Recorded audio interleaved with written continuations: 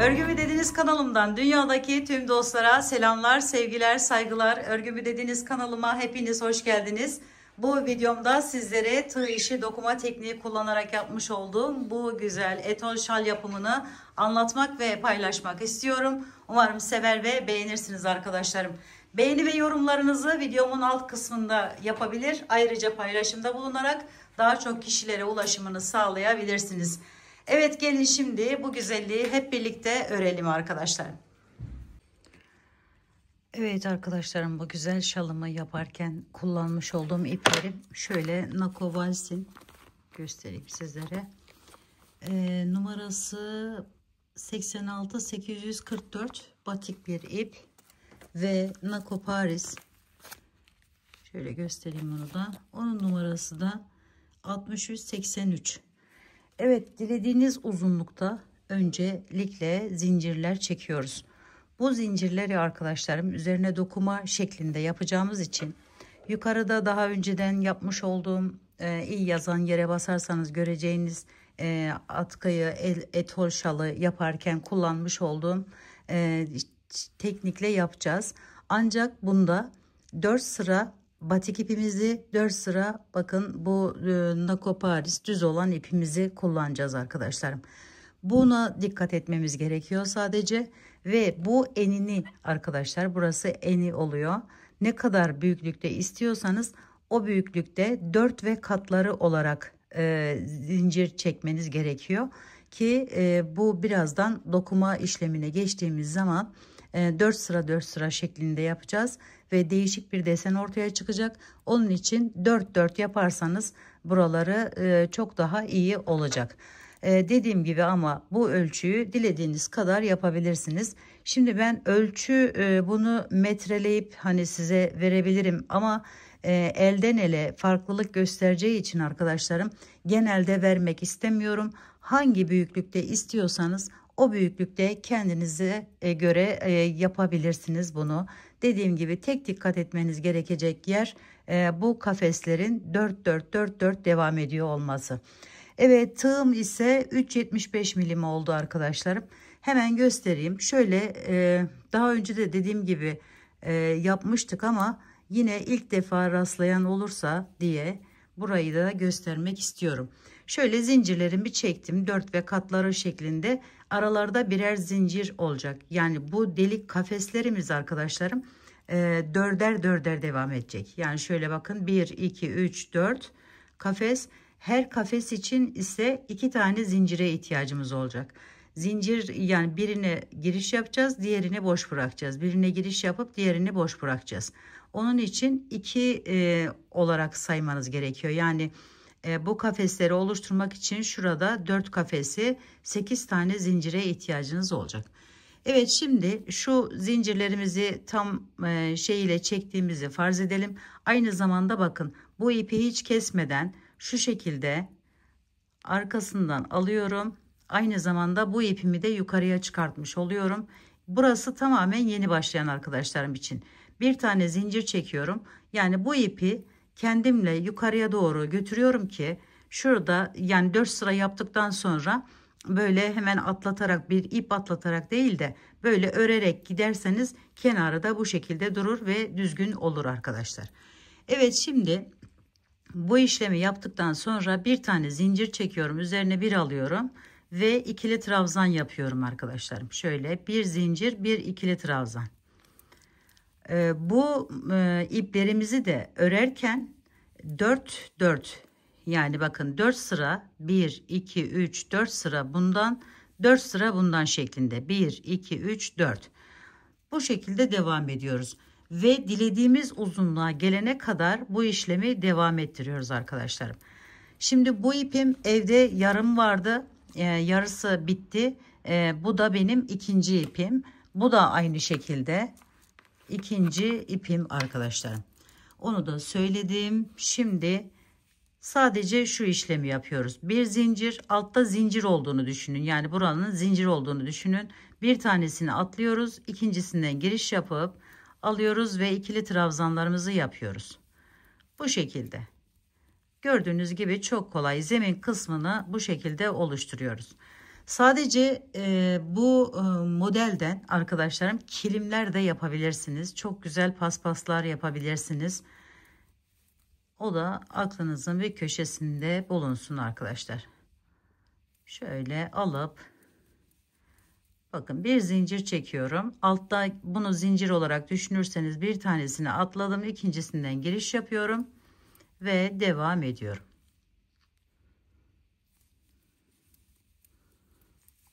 Şöyle her birisinin bu ikinci sıraya geçtiğiniz zaman, şimdi zincir ikinci sırada bu ikili trabzanların üstünden giriş yaparak alıyoruz arkadaşlar. Onu da söyleyelim. Ve bu şekilde başlayalım ve devam edelim arkadaşlar. Bakın ben uzatıyorum şu anda. Şöyle biraz daha yapacağım ve daha sonra artık dokuma işlemine geçeceğiz. Evet, başlangıcı da şu ipimle başladım. Yine bununla bitirmeyi düşünüyorum. Şöyle bakın, zincir, bir zincir, bir ikili trabzan şeklinde kafeslerimizi hazırlayalım ve daha sonra dokuma işlemine geçelim arkadaşlar. Evet arkadaşlarım, modelimi ilk başlarken de söylemiştim, pek ölçü verme taraftarı değilim diye, ama yine de size bir fikir olsun diye şöyle bakın tutuyorum, ölçelim, hep birlikte görelim kaç santim olmuş. Bunu dediğim gibi dilediğiniz uzunlukta yapabilirsiniz bu arada. Şöyle 65 santim civarı eni arkadaşlar. Boyu ise sanırım boyu yetmez gibi. Şuradan bir tut anneciğim.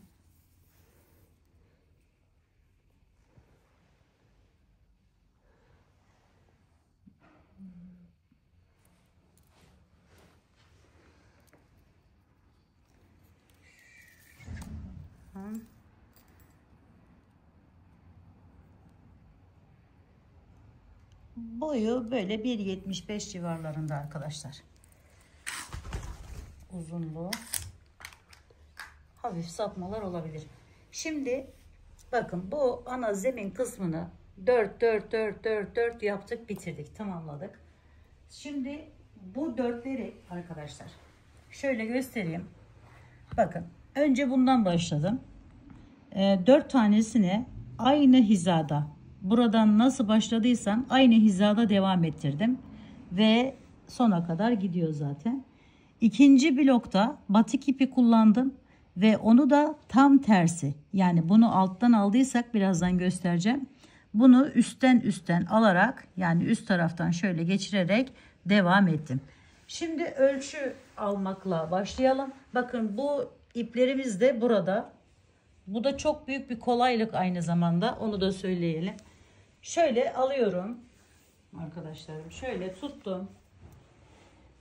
Şimdi 4 tane gördüğünüz gibi bu tüylü iplerimizden taktım. 2 tane de bundan taktım. Şöyle ölçümü alıyorum önce. Biraz fazla. Her zaman biraz fazla bırakın. Sonra sıkıntı yaşamayın. Şöyle üzerinden tutuyorum. Ve şu şekilde bir ölçü alıyorum. Bakın burayı da fazla yaptım. Ve bunu şu şekilde yapıyorum. 2 kat geçirdim bunda. Evet arkadaşlarım, bakın bu ölçüyü aldım. Şimdi diğerine geçiyorum. Hemen ipime. Bu ipleri evde arta kalan iplerinizde de kullanabilirsiniz batik yerine. Şöyle bakın aynı şekilde ölçüyorum. Bununla birlikte ve şöyle yine kesiyorum. Şimdi 2 tanesini tamamladım. 2 tanesini de takmıştım zaten. Şurayı göstereyim arkadaşlarım. Bu ipi nasıl takacağımızı. Şöyle bakın tutuyorum. Şuradan giriş yapıp bunu buradan alıyorum. Ve şu şekilde çekiyorum. Önce bu işlemi yapın arkadaşlarım. Takın. Daha sonra arasından geçirebilirsiniz rahatlıkla. Evet. Şimdi de bunu yapalım. Aynı şekilde. Şöyle iki ucunu birleştirdim. Ve yine bakın ortayı buldum. Geliyorum diğerine. Bakın 4 tane olmuş oluyor. Bunu hemen geçiriyorum şu şekilde. Ve arasından çekiyorum. Ve buraya bağlamış oluyorum. Şimdi bağlaması bu şekilde. Gayet kolay gördüğünüz gibi. Evet, şimdi buna geçelim. Hemen şu ipimi alıyorum. Ve böyle bir şeyiniz yoksa arkadaşlarım evinizde, bunu iğne yardımı ile ne bileyim çatal iğne yardımı ile rahatlıkla yapabilirsiniz. Şöyle geçirdim bir miktar. Bu rengi hep aynı arkadaşlarım. Bakın ilk başlarken şöyle delikleri görüyorsunuz. Buradan giriş yapıyorum. Hemen buradan çıkartıyorum. Bakın burası da aynı. Burası da aynı. Bu da aynı. Bu da aynı. O zaman böyle güzel bir desen ortaya çıkmış oluyor arkadaşlar. Değişik. Şimdi dediğim gibi bakın. Şöyle girişimi yapıyorum. Hemen yandan ve buradan çıkartıyorum. Bir alt bir üst, bir alt bir üst. Şöyle devam ediyorum.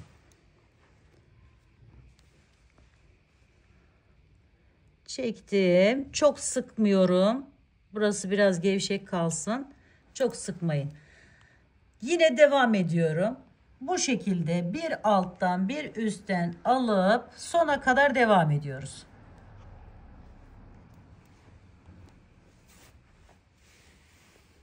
Şöyle üstüne elinizi ya da dizinizi yerde yapacaksanız birini koyun arkadaşlar. Özellikle çekerken bakın şu şekilde şöyle çekerken koyun ve alttaki serbest olan yerleri sıkışmasın, böyle rahat olsun.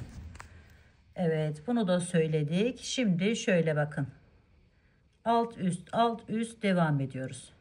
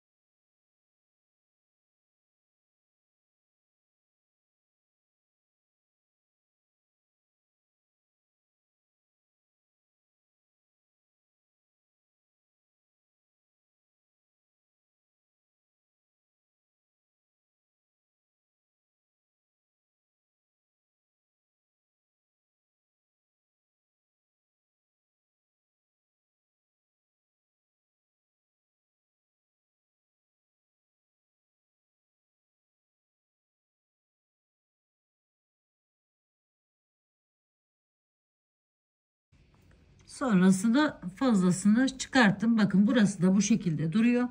Daha sonra onu tığ yardımı ile düzelteceğiz ve uç yapacağız arkadaşlarım. Şimdi dediğim gibi başlama sırasını yine bunu da aynı şekilde yapıyoruz. Yani şu şekilde giriş yapıp şu şekilde alıyoruz arkadaşlar. Yine aynı hizada aynı şekilde oluyor. Bu dörtlü bloklarımızı bitirdikten sonra batik ipime geçiyorum. Bakın onu da alıyorum. Bu defa bu ipimle bunu tam tersini yapacağım arkadaşlar. Yani tersinden kastım şu, az önce şu şekilde yapmıştık. Şimdi bu şekilde yapacağız. Yani şunun üstünden atlayacağız ve şu şekilde devam edeceğiz. Şöyle. Kafanız karışmasın. Sırasıyla giderseniz daha rahat edersiniz. Onu da söyleyeyim. Böyle yapınca arkadaşlar, mesela önce batiği bitireyim daha sonra diğerini yapayım. Yapmayın. Bu şekilde yapın. Çünkü şu sıra sayılarımız, mesela bunda 3 tane, bir tanesini yaptığımız için 3 tane yerimiz var. Bu şekilde olması gerekiyor. Dediğim gibi tekrar söylüyorum arkadaşlarım. Tek dikkat etmeniz gereken yer burası. Şöyle bakın, bu batikler hep üstte, gördüğünüz gibi ipleri. Hep üstte. Diğeri ise altta. Bakın şöyle. Bunda tüylü olduğu için çok belli olmuyor ama diğeri altta. Evet, bu şekilde bütün hepsini tamamlıyoruz.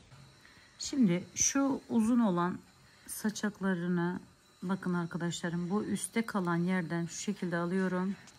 Bir tığ yardımıyla çektim ve şu şekilde çekiyorum. Daha sonra keseceğiz. Zaten oralara başka şeyler yapacağız. Bakın şöyle aldım.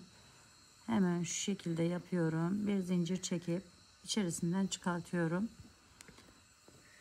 Şimdi bu kısmı buradan diğer rengimizin, bakın şöyle altından aldım fazla ipi. Bakın şuradan giriş yapıyorum. Şöyle aldım, bir zincir çekip içerisinden çıkartıyorum. Böyle de bırakabilirsiniz aslında, saçaklı. Şöyle boylarını eşitleyip başka bir kenar yapmak istemezseniz bu şekilde de kalabilir. Bakın hemen şöyle içinden şöyle aldım. Bunu da buradan alıyorum ve çekiyorum. Burayı da göstermek istedim sadece. Şöyle hemen. Şimdi üste gelen yerdeyiz. Orayı da bu şekilde alıyoruz.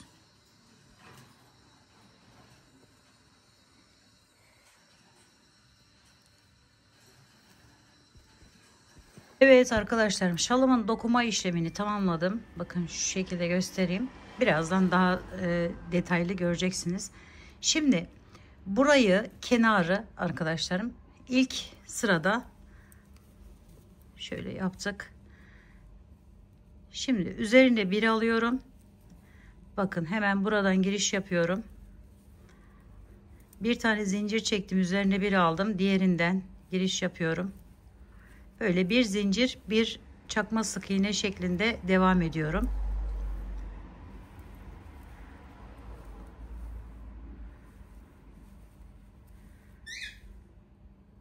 Son yerinde içerisinden giriş yaptım.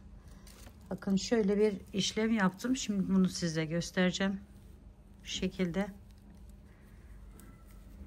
Burası o iplerin olduğu bölüm arkadaşlarım. Burası normal o ip taktığımız ilk yerimiz. Burası da iplerimizin çıktığı yer. Onu da bu şekilde yaparak kapatmış olacağız.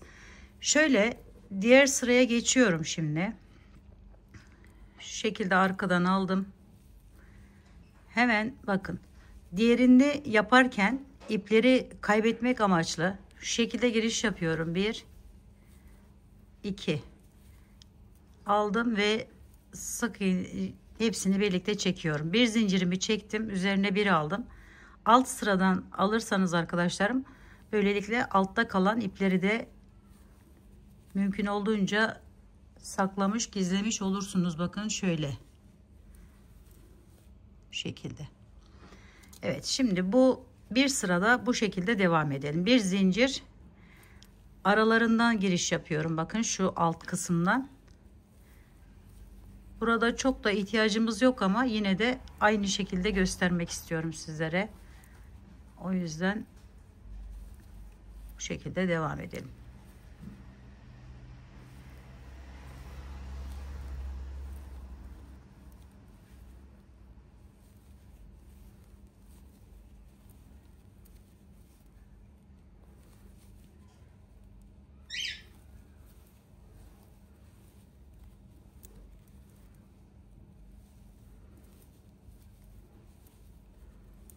Evde arta kalan iplerim vardı arkadaşlarım. Bakın renkleri uyumlu diye onu kullanmak istedim. Şimdi bu sırayı bakın şöyle yaparak devam edelim.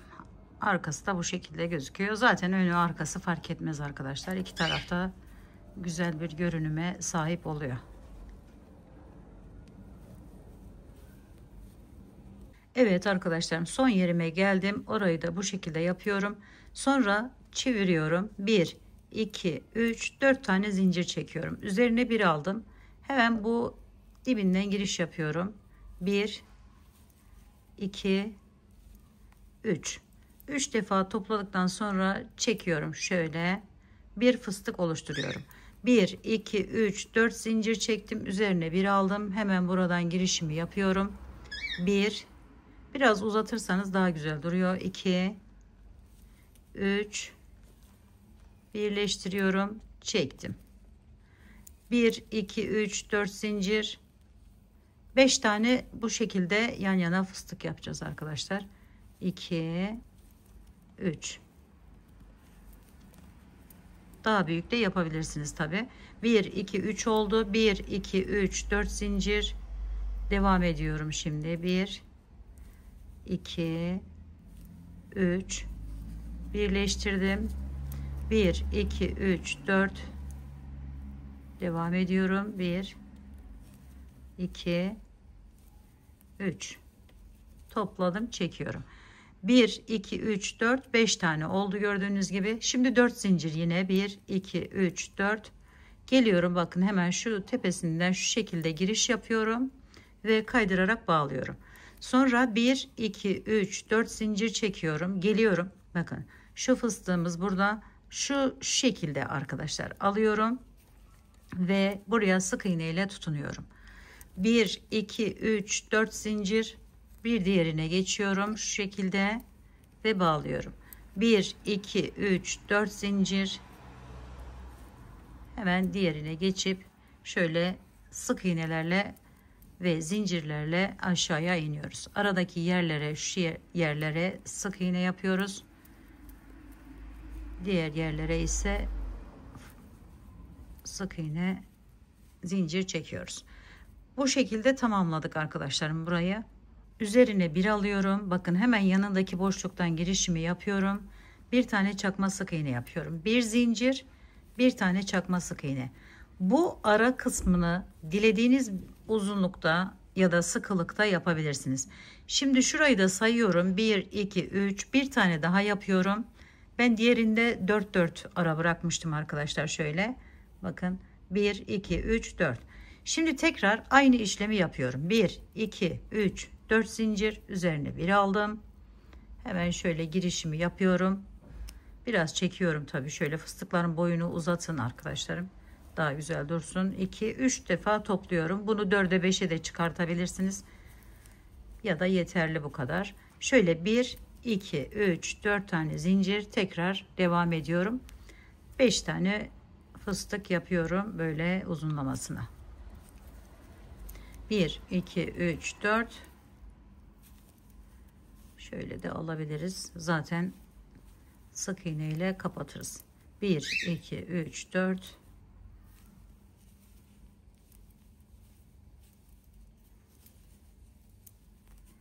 Şimdi 1, 2, 3, 4 tane oldu. 1, 2, 3, 4. 5.'yi yapıyorum. Şu şekilde 1, 2, 3. Ve birleştiriyorum. Şimdi 1, 2, 3, 4 zincir. Geliyorum hemen. Bu defa buradan alın arkadaşlarım. Çünkü oraya bağlamayacağız. Şöyle bir küçük süs yapıyoruz. 1 2 3 4 zincir geldik, hemen bakın şu şekilde yapıyoruz aradaki yerden ve sık iğne ile bağlıyoruz. 1 2 3 4 geldik, ikinciye sık iğne ile bağladık. 1 2 3 4 geldik aşağıya, sık iğne ile bağladık.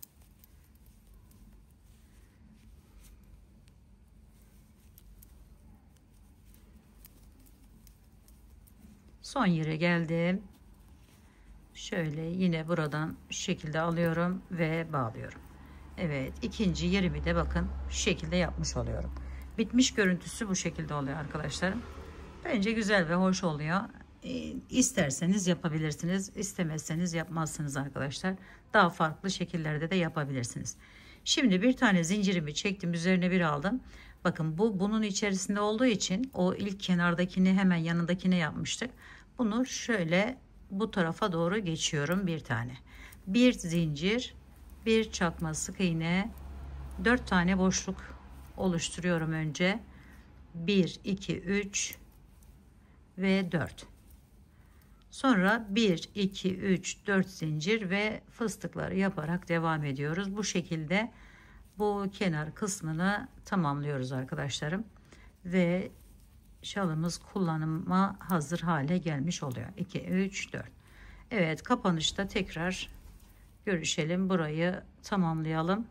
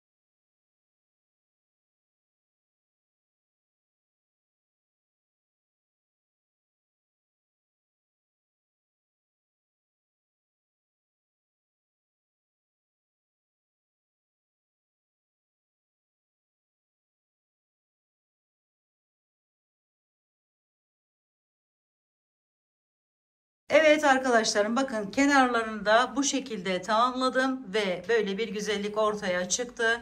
Gördüğünüz gibi yapması gayet kolay bir çalışma, bir model. Umarım sizler de sevmiş ve beğenmişsinizdir. Yapacak olan arkadaşlarıma şimdiden kolaylıklar diliyorum. Örgümü Dediniz kanalıma abone olmayı, beğenmeyi, yorum yapmayı, paylaşımda bulunmayı unutmazsanız çok mutlu olurum. Bir dahaki en farklı, en değişik örgü, model, teknik ve tasarımlarında görüşmek üzere. Hoşça kalın, sağlıkla kalın. Allah'a emanet olun arkadaşlar.